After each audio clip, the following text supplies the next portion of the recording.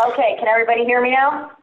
Yes. All right, we'll call the Ag Planning, etc. Group Committee to order. Can I have a motion to approve the minutes for January 19th? Moved by James, seconded by Jay. Any discussion?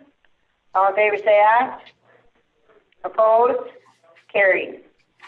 All right, Laura, you're first up. Is Jill Hank logged in yet?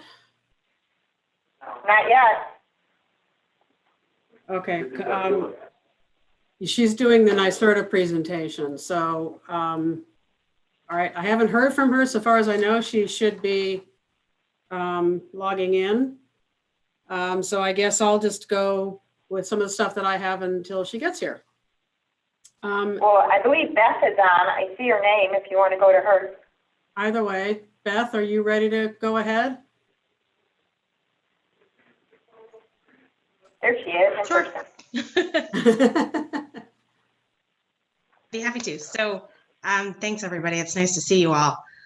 So 2020 was challenging for all of us, but I am proud to say that we pivoted to work at home pretty seamlessly.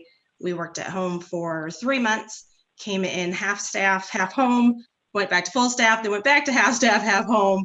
But next week, everyone will be back in the office full time, which is great. So I thought I'd just kind of get some highlights on the work that we accomplished in 2020 under our normal programming and also under the COVID-19 programming that we ended up doing.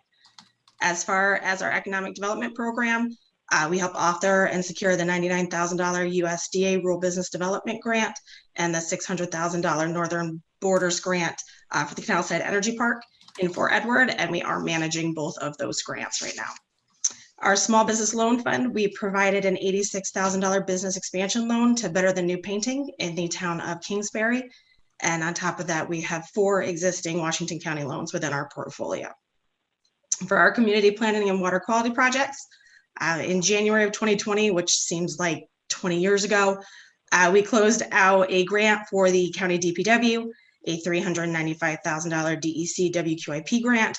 It was for 4 county roadside projects, and then projects in the towns of White Creek, Easton, and Fort Ann. We also secured a $273,000 DEC WQIP grant for the county and its MS4 communities, which are Kingsbury, Hudson Falls, and the Fort Edwards.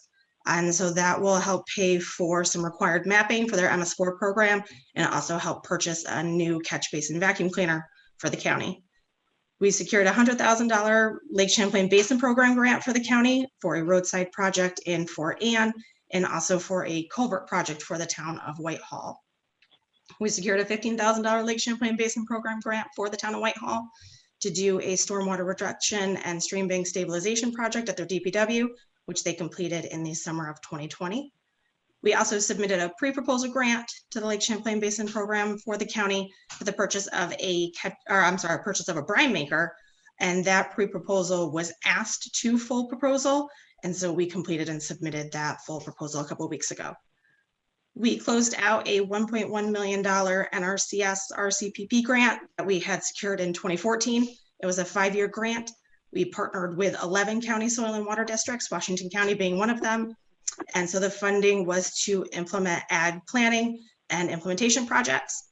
And so of that funding, $60,000 was spent in projects in Washington County and $66,000 was spent in planning in Washington County.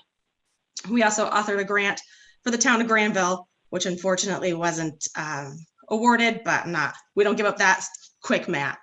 So we'll revisit that. And one of our big accomplishments in 2020 was the completion of our Upper Hudson River Watershed Revitalization Plan. This again was a 5-year effort, partnering with 7 counties. It is a plan that identifies water quality and natural resource needs throughout the Upper Hudson River watershed, of which the southern part of Washington County is in. And so of the $300 million in identified projects, $60 million of those are Washington County projects. And that is the type of plan that we utilize to then go for implementation funding for various water quality projects. As far as COVID-19, when businesses started shutting down, we put all of our current loan recipients on 3 months of interest-only payments. We also created a business interruption microloan program, which was $5,000 to $25,000 working capital loans. And that program actually is still running through April 30th. of this year. So if anybody has any businesses that just need a little boost in working capital to help get through the rough times, please send them our way. We received $2.94 million in CARES Act funding to capitalize a new revolving loan fund for COVID-19 impact businesses. To date, we've given 3 loans, 1 in Warren County, 2 in Clinton County.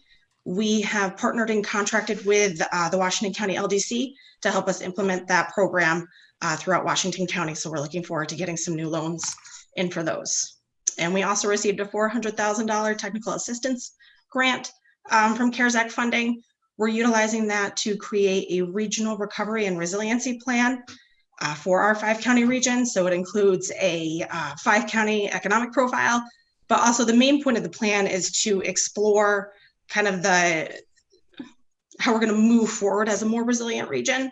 Not so much harping on what happened, but what have we learned from those and what strategies can we implement for things that are important, such as childcare, broadband, cellular data, wastewater, drinking water infrastructure, and how we can be a more economically resilient region moving forward. And the last part of that is we've also created a business retention and expansion program. And so we're really trying to identify the true needs of businesses and lessons learned and how we can address those either through technical assistance, through grant funding, through loans, through anything that we can do. And actually the last piece of that is that funding will also be utilized to help pay for the broadband study in Washington County. So I know I did that really quick, but if anybody has any questions, please feel free. Any questions? Really quick is really good. Thank you. It might have helped because Dave didn't come in until a second ago, so he couldn't comment in the middle.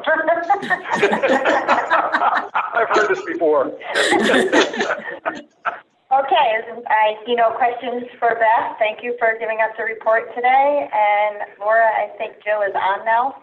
Yeah, I see Jill has joined us, so I want to introduce you to Jill Hank. Jill is our NYSERDA rep who manages the Clean Energies program. So she's here today to give you an overview of the program, what it might mean for the county, what it might mean for individual municipalities in the county, how we might be able to participate, et cetera. So I guess I'll turn it over to Jill and let you go forward with your presentation. Sure, thank you, and sorry for the delay. I live in an area that has terrible Wi-Fi, which I'm sure you can all relate to, most of you. I would like to share my screen, but it says that I cannot. Are you able to enable that for me? We think so.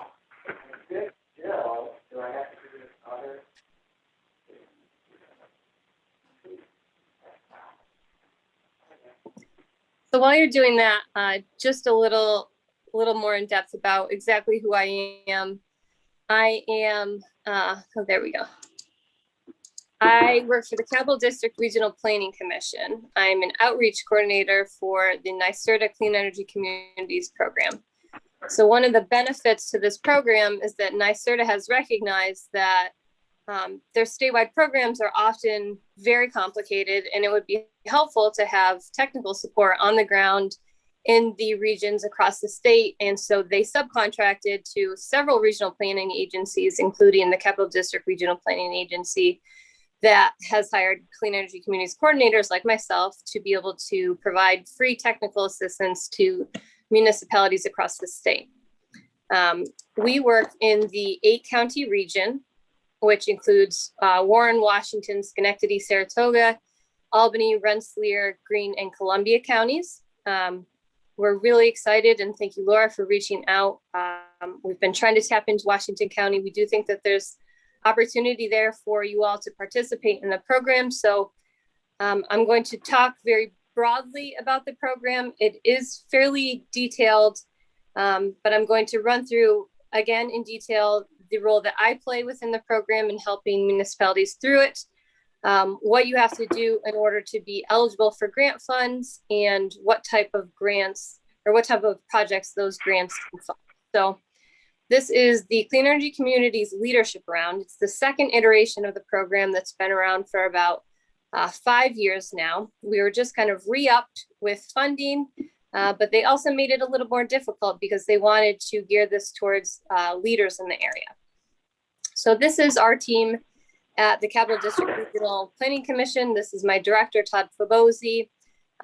This was me pre-COVID, in case you can't tell. This is my colleague, Tara Donadio. She is our other outreach coordinator in the state. In the region, we divide the 8 counties amongst the 2 of us. There's really no organized way that we do that, unfortunately. But if you're wondering who your municipality should reach out to, just ask. At the moment, it's just me because Tara's on maternity leave. So any of you can feel free to reach out to me. And this is Haley. She's our intern.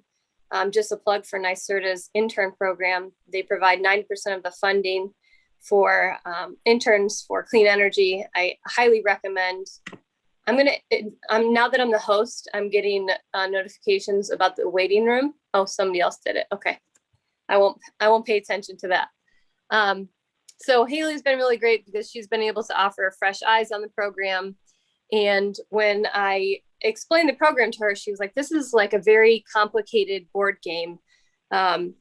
When she was reading the program guidance document. And I was like, yeah, it absolutely is like a complicated board game, which is difficult when you're reading the instructions, but once you start participating, it becomes a lot easier to understand. So feel free to interrupt me if you'd like and ask questions for clarification. I will take questions at the end, but I am going to move through this fairly quickly. So again, I'm a Clean Energy Communities Outreach Coordinator. What is my role in the program? So I help educate municipalities on exactly what the program is. So when the Leadership Round was announced, they also rebooted the website, which has a handful of really great resources. I'll talk about that in a moment, but basically NYSERDA has created what are called toolkits. So they have technical support through the outreach coordinators, but they also have created template documents, case studies, so that you can kind of look to what has already been done and know how to move forward from there. We will help you identify which clean energy actions are appropriate for your municipality that could potentially lead to designation or to grants. We can also assist you in completing those high impact actions. So this is a screenshot of the Clean Energy Communities website, and there's links to each of the toolkits. And these are all the high impact actions, which I will move through in just a moment. But just a very basic summary of the program. There are 13 high impact actions. In order to be eligible for grant funding, you have to complete a certain amount of those high impact actions. Those actions in and of themselves are beneficial to the municipalities who complete them because they can help you achieve cost saving measures, energy efficiency measures, installing renewable energy technologies, or moving through programs like the Climate Smart Communities program. So we help you to complete those actions. And then, as you all know, with a lot of state programs, you have to show the state that you did it in a way that they want you to do it. So we will help you submit that documentation to NYSERDA so that you get credit for all your efforts. We also provide some kind of extracurricular assistance through things like, we have a greenhouse gas inventory tool. So greenhouse gas inventories are applicable to the Climate Smart Communities program, which I'll talk about briefly, but very basically, there is another certification program embedded within the program I'm talking about today. And one of the things you can achieve is completing a greenhouse gas emissions inventory, and that is something that we can help with as outreach coordinators.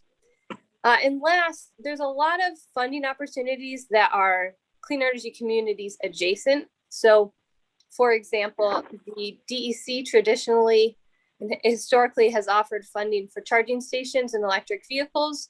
We can help you apply for that funding so that you could install those charging stations or purchase those vehicles, and that could potentially get you credit towards the Clean Energy Communities program. So, CEC Leadership Round. It will help municipalities save money and also shrink their carbon footprint. It can create a pathway to lower utility bills for residents and municipal buildings. It will help you become eligible for match-free funding. All these grants are match-free. And it also spurs local jobs within the municipality with your grant dollars, and you'll be recognized as a leader in clean energy. So this is the biggest change. If you were familiar with the first iteration of the program, this is the biggest change for the new program. And that is how NYSERDA has restructured how you become eligible for grants. So in order to become eligible for a designation grant, you just have to complete 4 out of the 13 high impact actions. Doesn't matter which 4 those are, you just have to complete 4 and you're eligible for $5,000 in match-free grant funding. That funding can be used towards projects that reduce energy consumption or that support renewable energy. For the $5,000 grants, NYSERDA is pretty flexible about what you use that money towards, but it does have to be energy related. For the action grants, and we'll get into these actions in a second, there are 2 actions that if you complete them standalone, you will be eligible for a grant for completing just those. You don't have to be designated. And then last is the points-based grants. So all of the high impact actions have points associated with them. And as you complete those actions, you accumulate points. And once you reach a 3,000 point, 4,000 point, and 5,000 point threshold, you become eligible for grants that way. So now I'm going to move into the high impact actions. So again, as I had mentioned, there's value in completing these actions in and of themselves. Obviously, this is how you get points to reach that grant funding. However, as I'll get into in a second, they will help you save money just by doing them. So this is, and I think my computer's a little delayed, but this is all of the high impact actions. And this is also a good time to mention, and I've included a link to this document at the last slide of my presentation, which I would be happy to share. But the easiest way for you to find out more details about this program on your own time is to take a look at the program opportunity notice, the PON, or the guidance document. So all the details on the program are listed within this. I'm obviously here to answer any questions you might have, but I highly encourage you to take a look at this. We also did a webinar, but I'm going to include everything that I mentioned in the webinar in this presentation today. So if you want to spread the word, there is a recording of our webinar and there's a link to that in the last slide of this presentation as well. So these are all of the high impact actions with the associated points. Some of them are new. Quite a few of them remain from the first iteration of the program. And these 2 over here with the yellow arrows are 2 actions that have action grants associated with them. So you can get grants just for completing each of these actions. So I'm going to move through each of these high impact actions. First is the unified solar permit. This is probably our easiest action to complete. This is the one that I see is most commonly completed. Excuse me. And this is a permit for municipalities who have permitting jurisdiction to adopt. It's basically a template permit application for rooftop and ground mount solar that is 25 kilowatts or less. So it's not for your large scale solar. It is only for small commercial or residential systems. A lot of the installers across the state are familiar with this permit because it has been so widely adopted. In order to get credit for this, you would just have to pass a resolution saying that you're going to use this permit, and you would have to tailor the permit to the municipality with jurisdiction's needs. And again, I have a template resolution and the template permit and would be able to help a municipality with that. And you would get 200 points for completing that action. Next is the energy code enforcement training. So this is an existing high impact action from the last round. However, in order to get credit, the code enforcement officer or building official would need to retake the training since January 26, 2021. We have not put any of these on the books yet because NYSERDA really wants us to hold them in person, and because of COVID, we haven't been able to do that. But we're really hoping to schedule some this spring, and we will send out, we have a clean energy mailing list. If anybody would like to get added to that mailing list, please contact me and I can add you.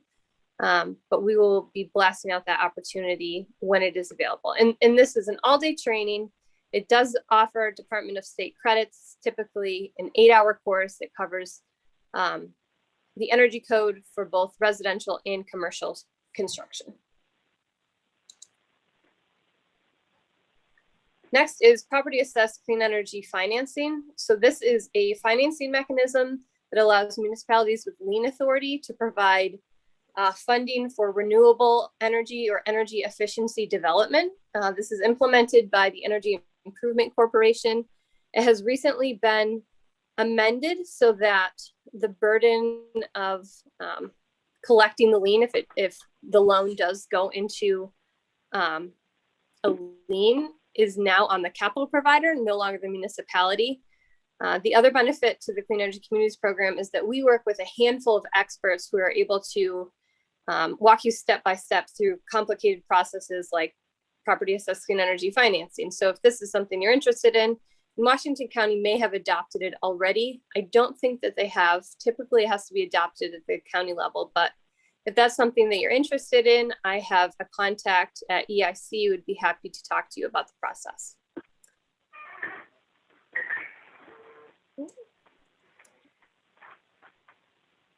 Clean energy upgrades.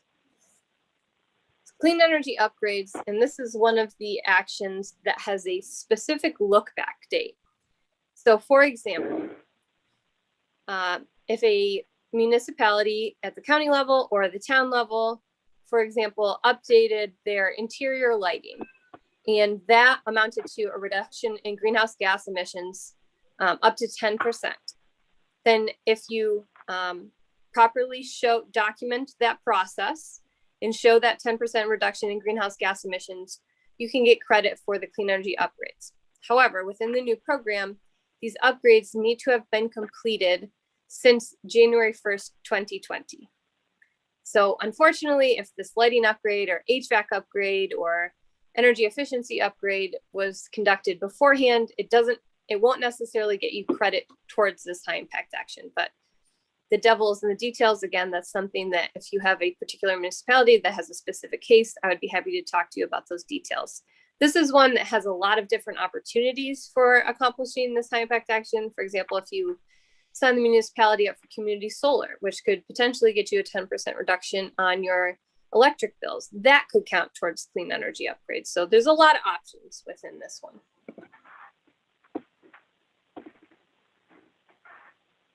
Next is clean heating and cooling demo. So this is if a municipal building that is open to the public has either an air source or a ground source heat pump. And again, this one needs to have been installed after January 1st, 2020. But basically this is meant to be a demonstration project so that residents can see these clean heating and cooling technologies, and they will potentially say, wow, this is great, the municipality supports it, I'm going to look into this technology for my own home or business. Next is 100% renewable electricity. This is if a municipality wants to purchase renewable energy certificates to offset all of their municipal electric accounts. So this is one that it sounds fairly simple at face value, but because of the way that the renewable energy certificate accounting is calculated, it is very specific. So you would have to either have a renewable energy supply that grants you those certificates, or you would have to procure those certificates on top of what you're already paying for your electric. I can answer more questions about that, but I'm not going to dive too deep into it at the moment. Next is the Climate Smart Communities certification. So Climate Smart Communities program is an interagency leadership program that is similar to Clean Energy Communities, in that all of the Clean Energy Communities actions that we're talking about now are embedded within the Climate Smart Communities program. But if any of you are familiar with Climate Smart, they have a lot more actions than Clean Energy Communities. They have over 100 actions. And there aren't necessarily grants tied to becoming certified. It's really a climate and resiliency focused leadership program that is administered by the DEC. Because it is within our program, we are able to offer technical assistance. So if you are looking to complete any of those actions, for example, I mentioned earlier the greenhouse gas inventory, that is something that we can help you with. This is often, it's a great program. It can be a heavy lift without a volunteer base or staff time, but I can absolutely help you through that program if that's something anybody's interested in.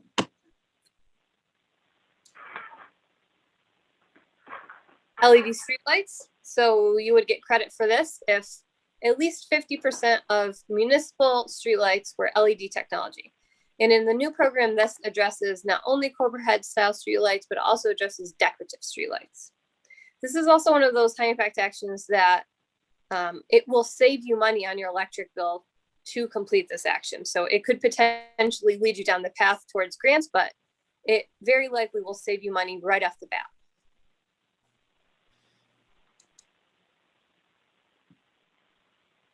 Next is benchmarking. So the benchmarking high impact action is now separated into 3 different parts. The initial part of benchmarking is just a municipality passing a resolution that says, hey, I'm going to keep track of municipal building energy use for all the municipal buildings that are 1,000 square feet or larger. This is a really great accounting tool because it helps you identify potential waste. It helps you identify where maybe there's a need for HVAC upgrades. But it's also a valuable tool if you're doing things like trying to achieve the clean energy upgrades high impact action. So in order to prove that you've reduced your energy by a certain amount, you first have to establish a baseline. And that is what this benchmarking does. The second component of benchmarking is what they're calling advanced reporting and benchmarking. So that just means, and part of the benchmarking resolution is, we're going to keep track of the energy use, but we're also going to make it available to the public annually. So advanced benchmarking is just proving that you made that information available to the public. So it could just be a screenshot of a link on the town website or the county website where it says, hey, this is where this information can be found. The other element is that you would allow NYSERDA backend access to what is called your Energy Star Portfolio Manager account. So in order to keep track of the benchmarking, you have to utilize the Energy Star Portfolio Manager program, which is very simple to use. It's a program that I am extremely familiar with. We also have trained our intern to help municipalities with the data entry for that. And the purpose of allowing NYSERDA backend access to that is so they can just make sure that the data that you're inputting is quality data. And the last is benchmarking for large private buildings. And that is only available to municipalities that are 40,000 residents or greater. And I'm not sure if, I'm not sure how many residents are in all of Washington County in total. So I'm not sure that would apply to you. 62,000. All right, maybe it could. So that would be passing a resolution that says all of the large commercial buildings in the county would have to benchmark their energy use. Next is clean fleets. So this is also broken up into a couple of different segments. The first is installing a charging station.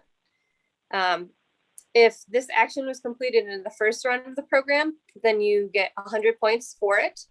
However, to get more points for it, you have to install a new charging station. So this applies to level 2 charging stations and DC fast charging stations. The other part of this action is for light and medium duty vehicles. So if you purchase a electric vehicle for your fleet, you would get credit for this action. And this is also another plug for a perfect example for CEC adjacent funding. So the DEC is very likely, as I said, to open up their ZEV rebate coming this spring, and that could potentially provide funding for not just charging stations, but also electric vehicles. There are also funding opportunities right now through the utilities, as well as through NYSERDA's Charge Ready program that will basically pay for the entire installation of a level 2 charging station. So if that's something municipality is interested in, I can help with that. And also, if you're listening to this presentation, you're like, this is a lot of information. This is a lot to commit to. Maybe you are interested in installing a charging station. You don't necessarily need to commit to moving through the whole program in order to benefit from our technical assistance. If what you want to focus on in the beginning is just getting funding for a charging station, that is something that we can assist with. And the last component for this is purchasing a heavy-duty vehicle, a heavy-duty electric vehicle. Community choice aggregation is my biggest challenge. Explaining these actions succinctly is brought about by this one. So this is basically a group purchasing option for electricity. So right now, your electricity supply is a default option that is chosen by your utility. Community choice aggregation is enabled when a municipality passes legislation that says, hey, instead of using that default electricity supply, we as a town want to choose a 100% renewable electricity supply for our residents. By enabling that legislation and by partnering with what is called a CCA, Community Choice Aggregation, CCA administrator, you would then go out to bid and procure 100% renewable energy supply for all of your residents. If any of your residents do not want to participate in this program, they are able to opt out of the program. But by enabling that legislation, they're automatically included within it. The second component for this is called opt-out CDG. So CDG, or community distributed generation, you've all probably heard of. It's community solar, or it's community hydro. And this would have the same structure that I just described in CCA, in that the municipality would enable legislation, include all the residents in it, and they can opt out if they'd like. However, this, instead of changing your supply, this would just provide financial support for renewable energy systems that of your choosing. And that could provide a 10% reduction in electricity bills for all of those residents that are included in the program. So I'm going to pause there and I can answer questions on that, but that is CCA in a nutshell.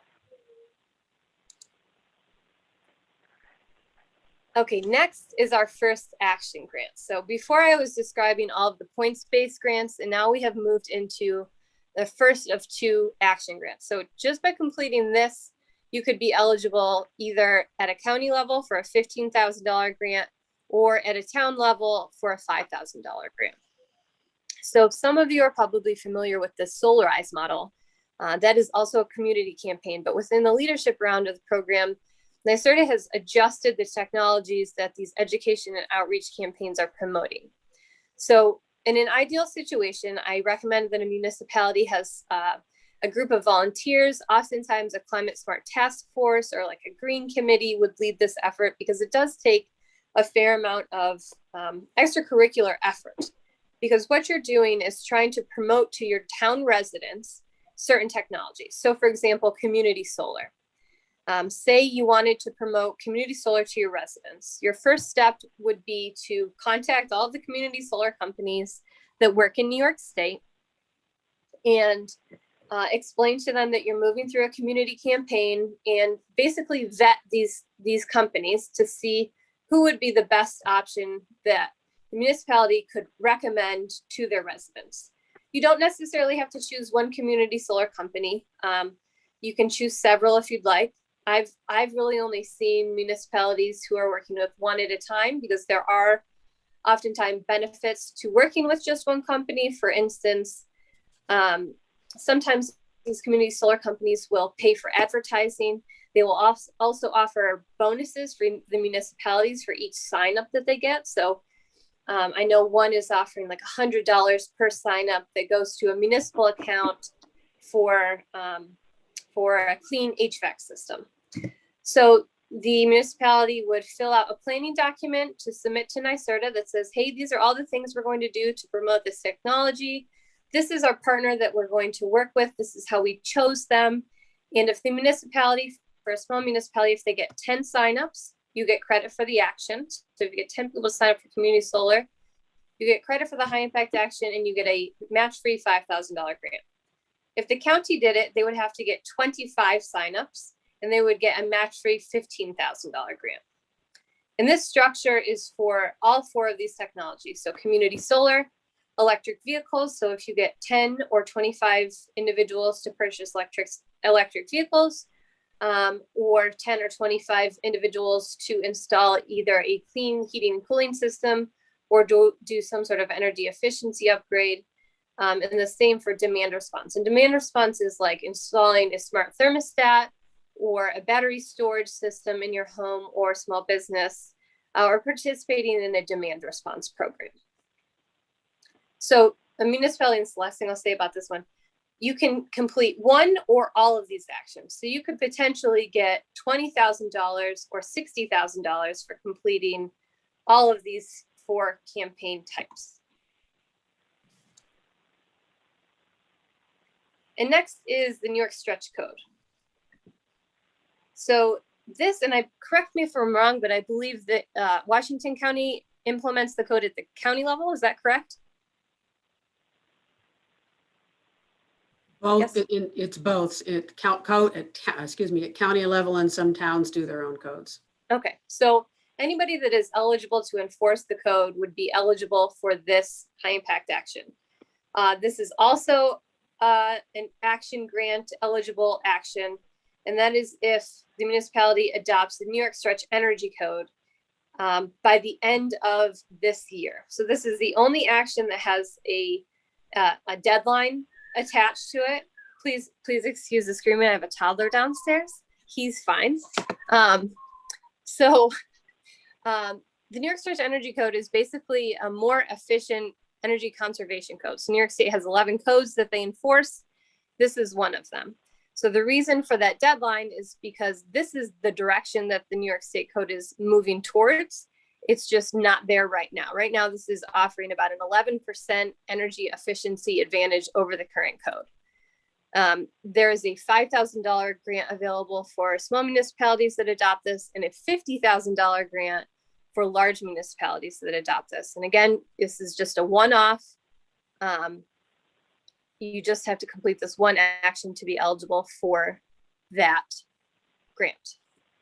Also, I should plug, we are having an informational session this coming Tuesday at noon. I can follow up and send a link to that registration, but it's just an informational session. So we have a couple of experts, our circuit rider, Mike Zwine, as well as our NYSERDA expert, who's going to talk about the code, answer any questions. I know there's a lot of information, potentially misinformation going around about the code. So this is just an effort to get everybody who's interested in the room and just answer some questions.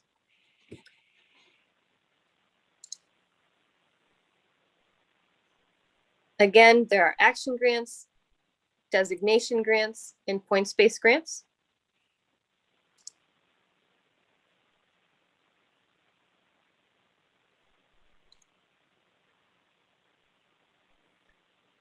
So for the action grants for large municipalities, there are 40 available statewide at $15,000 a piece. And again, you need 25 signups in order to complete that action. For small and medium municipalities, which is 40,000 below, there are 100 of these available per region at $5,000, and you need to get 10 signups to get credit for that action.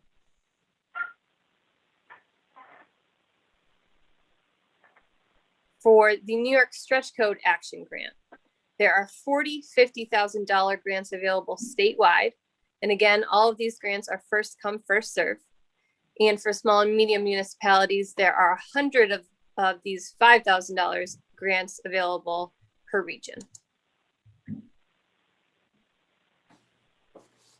So the designation grants, I mentioned this in the beginning, you just have to complete 4 out of the 13 high impact actions and you're eligible for a one-time $5,000 designation grant. So the points-based grants. So I was moving through those high impact actions who had points, each had points associated with it. So as you complete those, you accumulate points. And once you reach a certain threshold, starting at 3,000 points, you are able to cash in those points and you are eligible for a match-free grant. As you continue completing actions, you can accrue more points. And once you reach the 4,000 point threshold, you cash in those points, you're eligible for another grant. And the same goes for if you reach 5,000 points. So I'm just going to skip ahead because I have a slide here that has all of this information in one place. It's easier to digest. There it is. Okay, so these are all of the grants available for each of the point thresholds. So for large municipalities, for 3,000 points, there are $50,000, $30,000 grants available. For municipalities that earn 4,000 points, for small to medium, there are 10 per region at 20,000. Large municipalities, there are 20 $70,000 grants. For those who reach 5,000 points, there are 10 $150,000 grants available statewide. And for small and medium municipalities, there are 4 $70,000 grants available statewide. I'm sorry, per region. So what that means is that if the county, for example, was able to reach the 5,000 point threshold, then you could accrue 30,000 plus 70,000 plus 150,000 for a total of $250,000 in match-free grants. So once you reach this level, there's a grant application process, which is, again, a process that we can help you with as outreach coordinators. And you would have to apply for something that is clean energy or renewable energy related. So oftentimes we see municipalities apply for funding for solar installations or for HVAC upgrades or electric vehicles or charging stations or lighting or street lights. Basically, it just has to show that you're reducing greenhouse gas emissions and energy consumption. So I think that was my last slide. This is my contact information. I'm working from home mostly. Feel free to give me a call. This is my cell phone number. If you have a 315 number, I might not answer because my warranty is not expired. Leave me a voicemail. I will call you back. This is our office number. Here's a link to the webinar. This is that Leadership Round guidance document that I referenced that's very helpful. There's a link to all the high impact action toolkits. This is just a link to a tool called Calendly. If you want to set up a meeting, you can also just email me or call me.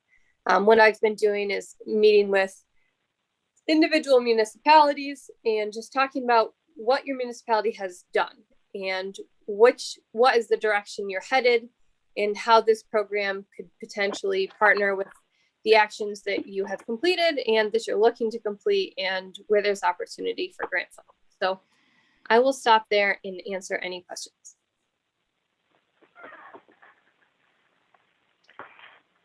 Brian? So, Jill, I've actually looked over your document, and I have a few questions. So at the county level here, we're trying to do a shared services, a highway department barn for the county and the town together. So would that apply like with the heating, the geothermal? Would that be something that we could do under that program too? Would that work? So there's a couple of questions. So you're looking to do a shared services agreement to upgrade a municipal facility with geothermal? Is that what you're saying? Well, it's actually, we could do it with geothermal, but that's what I'm saying. Is that something that would get us more funding if we actually went with geothermal instead of, because we want to do the flooring heat. So if we did it with geothermal, would that be beneficial under this program instead of doing it with propane? Good question. So there's two opportunities there. So one would be the clean heating cooling demo. So there wouldn't necessarily be an advantage through the program for doing air source heat pumps versus ground source heat pumps. So ground source heat pumps, geothermal, air source heat pump, for all of you that may not be familiar, it's like those mini split units on the wall. They have condensers outside. So the clean heating cooling demo, you would get the same amount of points regardless of which two of those technologies you installed. For the clean energy upgrades high impact action, again, that was one that you don't necessarily have to upgrade your HVAC system in order to get credit for that. You absolutely can. But yes, I wouldn't say the geothermal would put you at an advantage over other clean heating and cooling technologies. I encourage you to do it. Oftentimes that's a heavy lift because geothermal can be fairly expensive, and depending on the size of the building you're upgrading may not be appropriate, but that's a conversation we can have offline if you're interested. The other opportunity for doing an HVAC upgrade and benefiting from the program, especially because HVAC upgrade can be very expensive, is if you move through the program, you are eligible for those grants, and then you can apply those grants to an upgrade like an HVAC upgrade. Does that answer your question? Yeah, I just tried to see how it all fits together. Second thing, LED lighting. I know some of our local, our town municipalities have done this already, so I assume that they would get credit for that. But we don't have a lighting district, I don't believe, at the county. But can the county use, like if we have 50% of the towns, can we use that towards the county, or are they not able to cross? So, and I think you're talking about streetlights. So in order to get credit for the LED streetlights action, the municipality must own or lease those streetlights. So if they're owned or leased by a municipality within the county, only that town or village could get credit for it. The county couldn't get credit for that. Okay.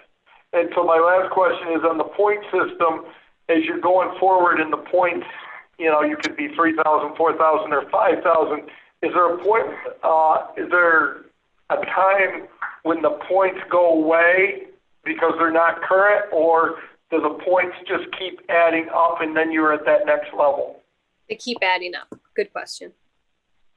Okay, so the whole thing is stackable then? Yes. Okay. So just a clarification on that. So the points don't clear once you cash them in for the grant. However, you do have to apply for 3 separate grants. So you can't necessarily save those points and then claim that one large grant at the end. Okay. Yeah, my question is, you were answering Brian and you kept talking and referencing upgrades, but Brian actually mentioned new construction. Does this apply to new construction? That's a good question. So that's tricky because a lot of these actions require documentation and metrics that are showing an energy reduction. So potentially, it could potentially cover new construction. If a building is being built to replace an old building, there could be a way for us to calculate those metrics. But oftentimes, typically, no, it doesn't apply to just standalone new construction. These would be replacement buildings that we're referring to. So we can work with that. We just need to be able to show a baseline. So I believe that's workable. Good question. Anyone else? Sue Clary? Joe, we did a energy efficiency grant last year that was completed last year for our Proudfit building. And we used some of the systems you were talking about. Can we backtrack and use that and bring it forward? They can be used. You can get credit for them after January 1st, 2020. So if it predates January 1st, 2020, no, you cannot get credit, unfortunately. But if it's after that, yes, we can work with that. Okay. And the other question is with like New York State Electric and Gas, if you go into contract with a solar farm, is that part of it? Yes, so that's a good question. So NYSEG, I know a lot of the utilities are promoting community solar at the moment, and that kind of sounds like what you're talking about. Yes, there's definitely opportunities. So community solar for your municipal buildings, if you sign up your municipal buildings, you get that 10% discount. off your electric bill, that could count towards the clean energy upgrades high impact action. Also your streetlights, streetlight districts? Yes, if you convert at least half of those to LED, you can get credit for the LED streetlights action. And there's no look back date on that. So it doesn't matter when you did it, as long as half of them are converted, you could get credit. Jill, if they're not LED and you convert them directly to solar, they're not eligible? So those are two different things. So if you, the LED technology is the actual bulb in place. The community solar is just a credit that you're receiving on your electric bill, and that electricity is supplied to the street lighting district. So those are two separate things. Thank you. Yeah.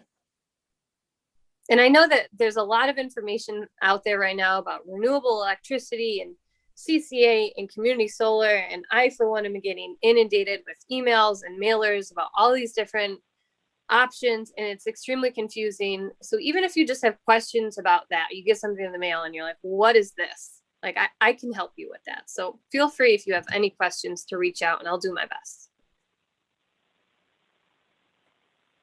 Any other questions? Okay, thank you, Jill. We appreciate your presentation. Yeah, thank you for the opportunity. Thank you, Jill. You're welcome. Okay, Laura, turn for your general updates. Okay, so in no particular order, just a few things to go over. First of which, HVAC. So you know, we had Todd here last month doing the update, going over the report, etc.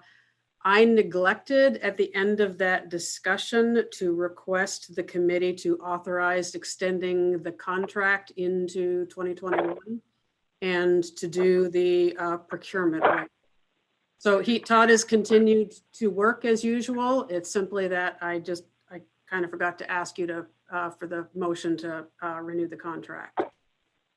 So can we do that this month?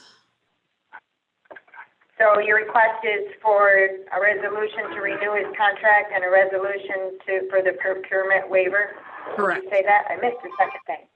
Yes. Okay. Do I have anyone that would make that motion? Matt? Let's do the waiver first, then do the contract. Matt's making a motion to do the procurement waiver, seconded by Brian. Any discussion? All in favor, say aye. Aye. Opposed? Carried. And then can I have a resolution in support of renewing our contract with HVAC? So move. Moved by Brian, seconded by Jay. Any further discussion? All in favor, say aye. Opposed? Carried. Okay, next. Next on the list is a broadband update.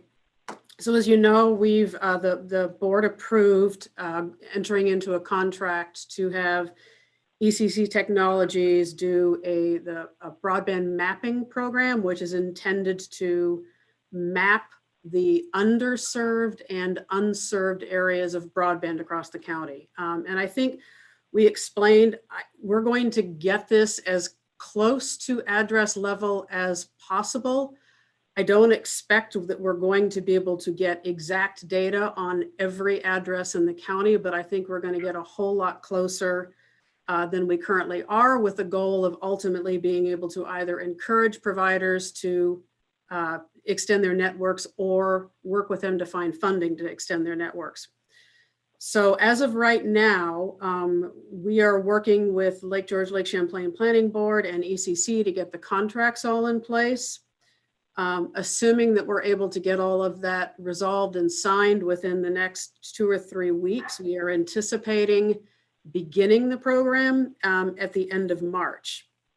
Now, one of the things that's going to be on sort of our head as far as the program goes is creating some sort of marketing effort to make sure that people in all communities in the county are aware that we're doing this and asking them to participate, because the more participation we have, the more accurate that mapping effort is going to be. So I want to let you know, I'm anticipating that I'm going to use some of the tourism marketing dollars in order to sort of help put the word out there. I don't exactly know what that's going to look like yet. We haven't worked it out, but I think that creating the messaging to encourage people to, if they have online access, to log in online, and if they don't have online access, we're going to have to do it by paper or have somebody help them, or whatever process we work out. But bottom line, we're going to have to put the word out there to encourage people to participate. Assuming that we begin the project at the end of March, ECC will set up a website, and we're anticipating that that website will be available for people to log on to probably April to July-ish, about a 3-month time frame. Also, at the end of March, early April, they will be doing the drive-by inventory program where they're checking the tags on all of the poles. So after the end of July, that data will be combined to create the ultimate mapping and a report with potential recommendations for what some of the easy fixes are, where we see bigger areas that could benefit from more broadband. And I'm anticipating that the project will probably wrap up around mid-August. So, it's approximately a March to August timeframe. I'll keep you updated as we go along. But I can also tell you that I have gotten dozens of emails, phone calls, handwritten letters from people expressing concern that they don't have broadband, which we've said all along is a serious problem in the county. Any questions on that? Dan Shaw? Yeah, Laura, I wish I had time to have called you before this meeting to explain the situation, but I think the whole board needs to hear it. I don't know how many towns are in the same situation, but the town of Easton, our contract is up, franchise contract is up with, it was Time Warner, but now it's called what, Charter Communications? Spectrum. Well, Spectrum owns it, but they're Charter. using. Okay, yeah. Well, the new renewal of the franchise license, they want to do it for 15 years, and it's probably a 20-page document. And if other towns are getting the same thing, we're way in over our head on understanding this contract.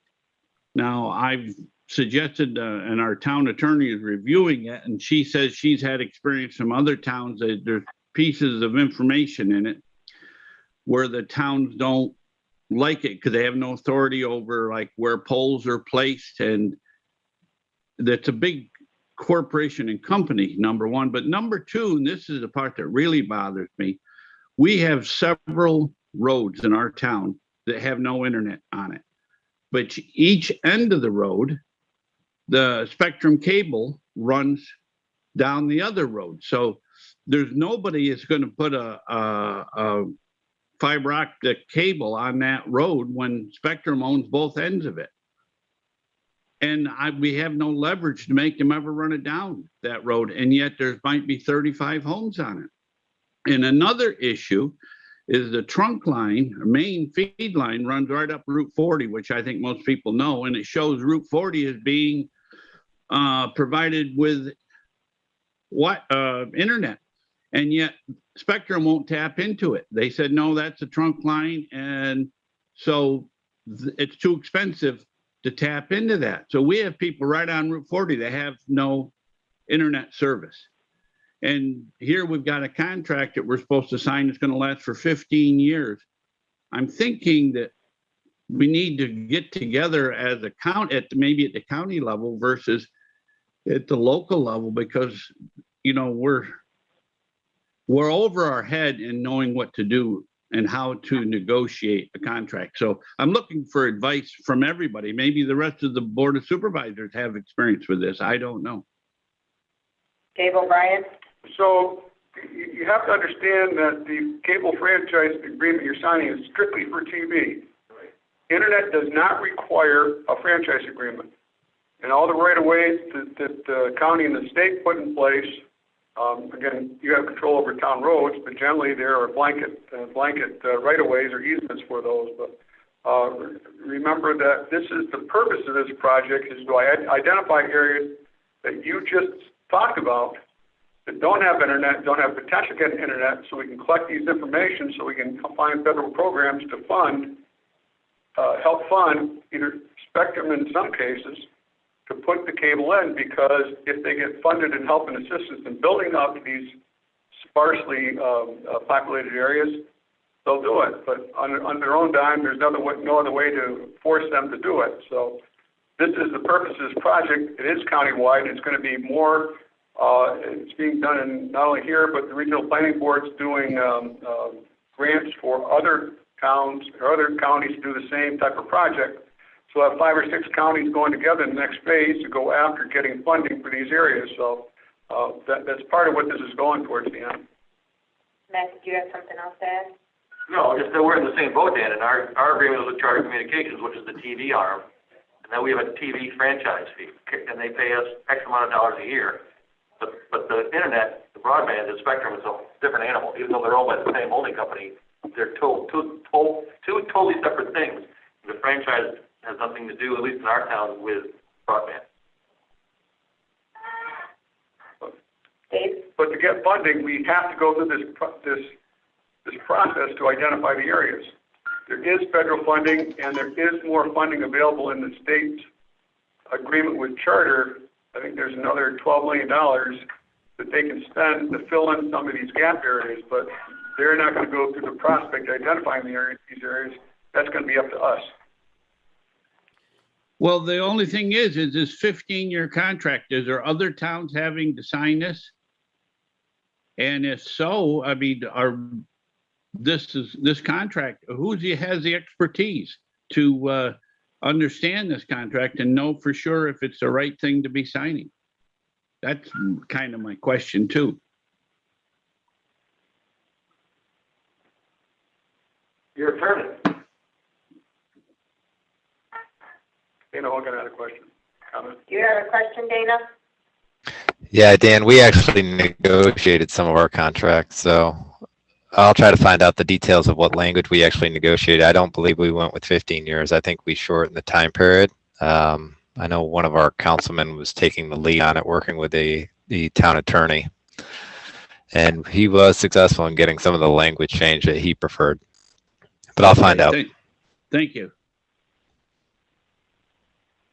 Dan, it might be worth a talk to Dana Half too, because I believe his franchise was up about 3 years ago, and he played hardball, and he did get some of the provisions in his franchise contract changed. So you might want to reach out to Dana Half. He might have some information for you. Thank you. Laura? So another point to make, Dan, in those instances where you're saying you've got spectrum at one end, at both ends of the road and not in the middle, again, because of the way that we're going to do the contract with ECC, they may not drive every single road in the county because we were trying to limit it to where we thought, we know that there's likely to be a problem with service. So I will give you an example. In Argyle, we had a case where we had spectrum at both ends of the road, and there were about a half a dozen houses in the middle that did not have internet. The poles were inspected and sort of found to be in good shape. So I contacted Spectrum, understanding that they have that additional 12 million to spend because they still have agreements to meet with the state. So they're going to go for low-hanging fruit.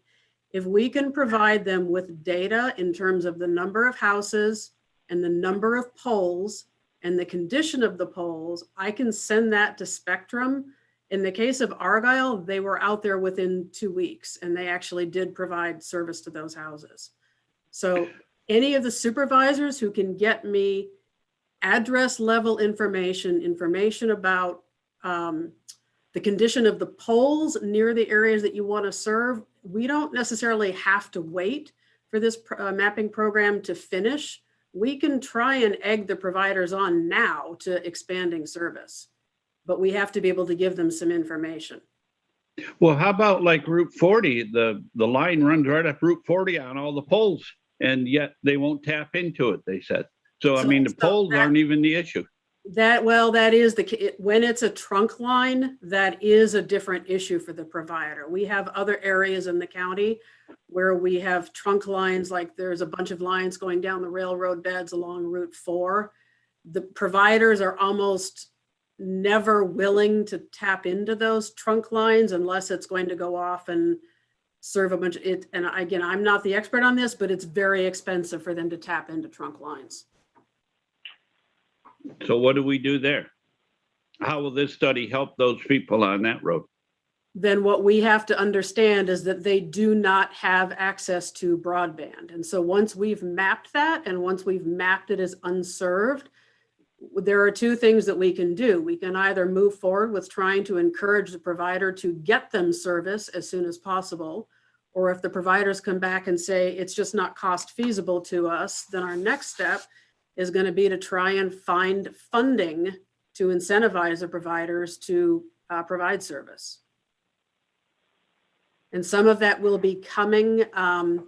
Unfortunately, USDA is going to have some funding, but I think that that's going to come out in the April-May timeframe of this year. I don't think that's a reconnect grant. I don't think we're going to be ready for that. However, there is some federal FCC funding called the Rural Digital Opportunity Fund that we might be in time to work with some providers to apply for that money. And then depending on federal budgets, potentially USDA, and then there are other potential funding sources for broadband. Again, I don't see this as we're going to get this done and wave a magic wand and everybody's going to have broadband. But until we understand where we don't have it, we can't come up with a plan of attack to figure out what we can address. So you're saying that when they come out and do this study, they'll be able to identify Route 40 as, even though they'll look and see every pole is capable of carrying and is carrying a cable line that those people aren't provided, or somehow along we got to inject this information to them so they record it properly? To be honest, I can't answer that question. What I know is that they're going to be looking at tag identification on poles. I don't know what those tags say. So I will find out from ECC whether they would be able to tell the difference in looking on those poles as to whether there's actually service available or it's a trunk line. I don't know. But I will find out. Thank you.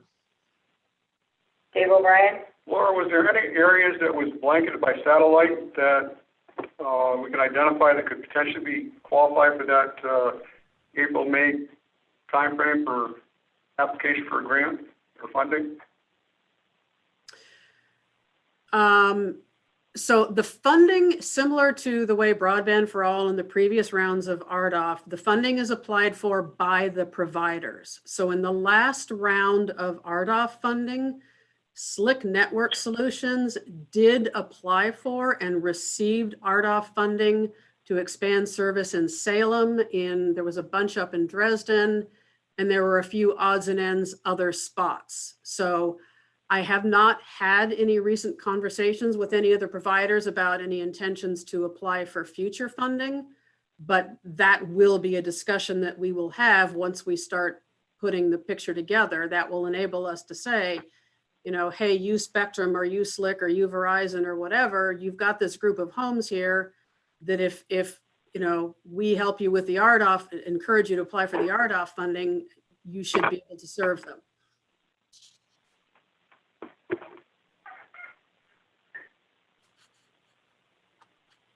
Okay. Other questions? What do we have next? No questions that I see. Okay. Also continue on broadband. I just want to make you aware of another opportunity that's will become available shortly. FCC, which also they manage that RDOF, the Rural Digital Opportunity Fund, has created a program that came out of sort of that last stimulus package that was signed by the federal government at the end of last year. And it's called the FCC Emergency Broadband Benefit Fund. Essentially what that will do is it will provide a $50 a month credit for broadband for low-income individuals, and it will give them a $100 a month credit towards a tablet or a device. So again, this isn't something that's applied for by the individual homeowners. The providers have to work with the FCC in offering it. As I understand, Verizon, T-Mobile, some of the others are going to be offering it, but I believe that it's going to be sort of a reactionary. If somebody calls us, we'll work with you to do this. Hudson Valley Wireless reached out to us and said that they wanted to start identifying low-income households that they might be able to assist. So I've partnered them up with Tammy DeLorme out of Social Services to sort of see if there's a way that we can identify people that might benefit from this. The program won't actually really get going for another couple of months. So what we're doing right now is just trying to be proactive and figure out ways that we might be able to get help to people. I mean, obviously, if you don't have access to service, this doesn't help you because a $50 a month discount and what you don't have doesn't help. But if you've got access and can show that you're low income, then that program will potentially be helpful and will be coming in a couple of months. Questions on that? Sue? Cassie? Okay. Laura, can we do it through like the low income lunches and things through school for identification? So what I've been told is that the ways that individuals can be identified as low income is fairly flexible. It's either 135% of poverty level, if they're on the school lunch program, if they're on SNAP, if they're on Medicaid, any of those things would probably qualify an individual for this assistance, yes. And where do they apply for that?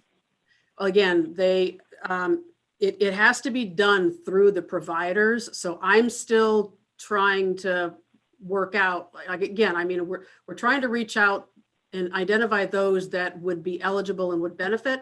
The next step is going to be to connect them to a provider that is going to offer the service. Thank you. Laura, can they already have the service and reach out for the help to pay for it because they've already got the service in place and they're struggling to pay? I Or believe. does it have to be a new hookup? No, I believe it's anybody who's low income if they have service already. But again, it's going to be up to the providers as to how they handle it because it's FCC money. That the providers would then give a credit on the bill that they send out to the user every month. So there's some connections that have to be made to get it to set up and work. But we're going to try and identify individuals that would benefit and figure out how to make it work. Any other questions? Okay, what do you have next, Laura? Okay, state budget. So I just want to inform everybody that as of right now, the budget does include funding for CFAs. Obviously, until the budget is passed and until we know exactly what money is going to go into what funding opportunities, I don't know what CFAs are going to look like, but as you know, they did not happen last year. It seems likely that they will happen to some extent this year. But again, exactly what programs are going to be funded to what extent, I'm not sure. But just if any of your communities had something that kind of got put on hold because CFAs didn't happen last year, just be aware that it seems, like there's a good possibility that they will happen this year. Similarly, as of right now, there is some minimal funding in the budget for I Love New York match funding. Now, what I'm not clear on is because the fiscal year for the state goes April to April. If it passes in this year's budget, whether there would be any match funding that would be available in the 2021 year, or whether it would be reduced funding only for 2022. I don't know, we'll have the answer to that once the state budget passes, but I'm unclear. As I've said all along, I think getting matching funding for 2021 is unlikely. But given that there's some money sitting in the state budget, I just don't know if it might be applicable to this year or if it's funded, if it all only goes to 2022, but I will let you know once we know more. And speaking of the tourism, so as you know, we, through the budget process, put $50,000 in the tourism budget, which is the county portion of it.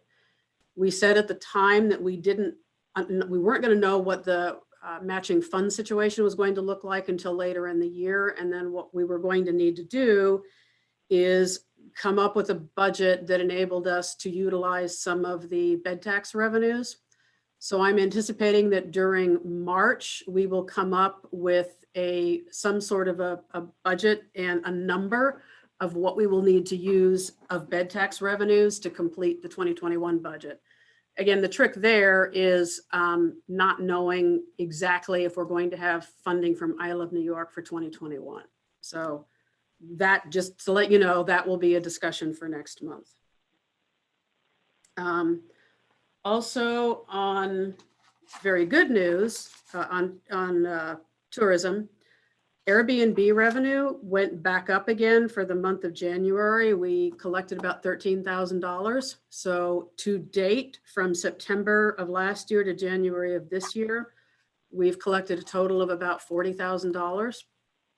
So, right now that's all sitting in the bed tax revenue. That's part of what we anticipate using for the 2021 year and then ultimately for the 2022 year. But right now we're just collecting it, monitoring it so that as we build tourism budgets going forward, we have some patterns to base it on.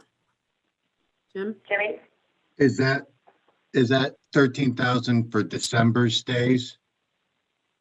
No, remember, we discussed this at the last meeting because we were finding significant differences between what all the rooms was giving us in terms of data and Airbnb was giving us.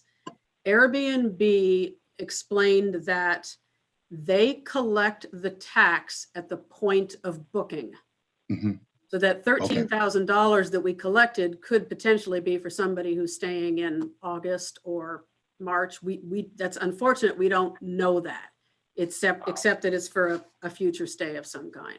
I have seen it now on the bookings. I see the 3% listed. I didn't see it back at the end of last year. Maybe it was there in November, but I really wasn't paying attention. But I see it now when people. Is it showing 3% or 4%? I'll come back to you on that in just a second. Okay, just checking. Yep. Okay, so that's all I have in tourism. Any questions for that? Not seeing any. Okay, moving on. Planning, last thing, solid waste plan.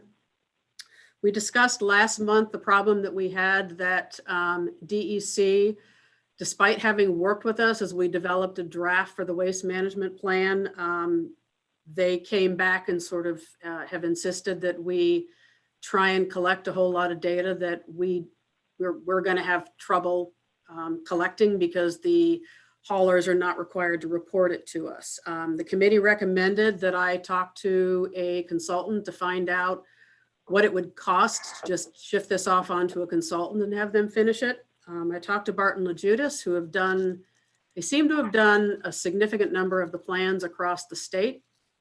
And essentially what they told me is because we have a draft of the plan done already, that they would probably charge between $20,000 to $35,000 to finish it.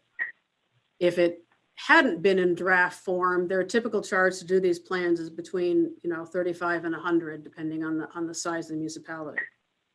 So my concern with that, and we discussed this at the last meeting, is that even if we were to have a consultant finish off the plan, DEC requires 2-year updates. So we're going to have this issue every 2 years unless we have a better way to address it. The other question that came up was, are we the only county that is like this? And the answer is apparently there's only one other county in the state that does things the way that we do, and that is Wayne County. Every other county has some level of control that it is just managed in a way that's different than how we handle it. So I will also tell you that when I've talked to a few different people, and the recommendation is to just try and push back on DEC, because DEC does in fact collect a lot of this data. I know Mr. Henke tried to reach out to DEC, and I don't believe that he's gotten a response. So my next step is going to be to start trying to push back a little bit and say, hey, you know, you're asking us to do something that is really not within our power to do. We can't hold providers responsible for giving us information. They're not legally required to do it. And it's going to take an awful lot of time to try and get that information. So I'm going to try reaching out to DEC again to see if they will be willing to have either just provide us with the data that they collect so that we can put it into the plan, or in some way mitigate the effort that we're going to have to go through to get data that is going to be sparse. Any questions about that? Anthony C. Dan Shaw. Yeah. I thought, Laura, I thought we discussed that we were going to reach out to our elected officials too, and make them aware of it and ask them for their involvement in helping us. Am I mistaken on that? Didn't we discuss this somewhat about talking to Kerry Warner and Dan Steck and Daphne Jordan, that this was putting an undue hardship on us? We may have discussed it, but I don't recall that it was something that I was asked to do. If I'm asked to do it, then I can. And I'm not necessarily saying you had to do it. I'm just saying, but I thought we did discuss this, didn't we? Because of the circumstances. And I'm just curious if that was the case, did anybody reach out to them? Matt? Here's the answer here. I've had enough. We've had this sheriff had to do his plan. And we had the safety plan we talked about this morning. And then there's this plan. And oh, by the way, you're going to intercept a bunch of your sales tax and hold it, but we're not going to tell you what the net and the gross are. And oh, by the way, you got to take care of $100 and whatever $1,000 for the hospitals. They continue to cut money they send our way, continually heaping us with mandates. When do we get to the point to say, we're just not going to do it? What are they going to do, cut us? Again, they just cut us. I'm sorry to go on a rant, but this is nonsense. This is real nonsense. I'm ready to get slapped in the wrist and say, we're behind the schedule, we didn't get it done, we're sorry. It's gotten to the point now, it's on the town and the county, this is just ridiculous. Sorry. Well, if it's of any help, Wayne County is apparently even farther behind than we are, so.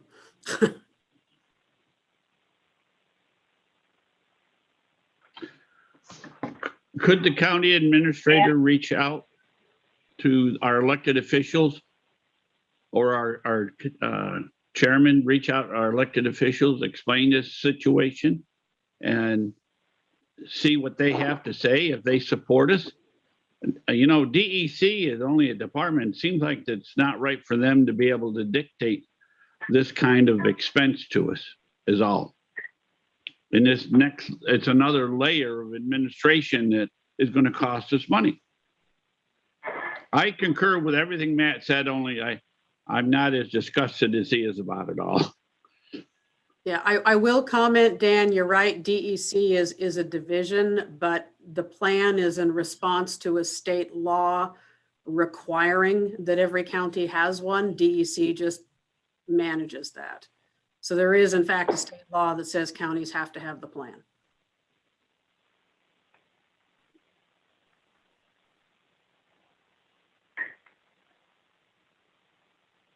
So are we saying we're not going to reach out to our elected officials at all on this at the state level? Is that what we're saying? That's our job. Dan, that's our job to reach out to our elected officials. Yep. I talk to them all the time. Dan? Yeah, I can reach out to him. That's not an issue. Thank you. Okay. Anything else on that? I don't believe so. Okay, last but not least, just want to make everybody aware that obviously because of COVID during 2021, we were unable to schedule any of the planning and zoning board trainings that we typically do for the certification and credit that all the members are required to have. What we have done is we've put up a page on the county website on the planning pages that provide links to training opportunities. We're also trying to directly connect some of the municipal boards that might want custom training back to Department of State, who have indicated a willingness to, not necessarily for one individual town, but if there were several municipalities that were in a specific kind of training, then Department of State may be willing to help to organize that. So again, we've reached out to all of the planning and zoning boards across the county just to let them know that the information is out there for them, and will help to facilitate training, because these members are all required to have a certain number of credits every year. And it was obviously, there's no way that we could do in-person trainings because of COVID last year. So, and that's it. That's all I have. Jim? I did confirm, Laura, it is 4%. They actually put it in a verbatim piece on the confirmation. I was looking at something else, which is what their service fee was, is 3%. But yeah, they do charge 4% occupancy tax, and it's outlined in the agreement of the confirmation email.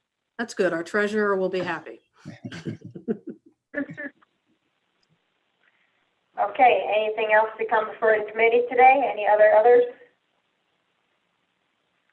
Seeing none, got a motion to adjourn?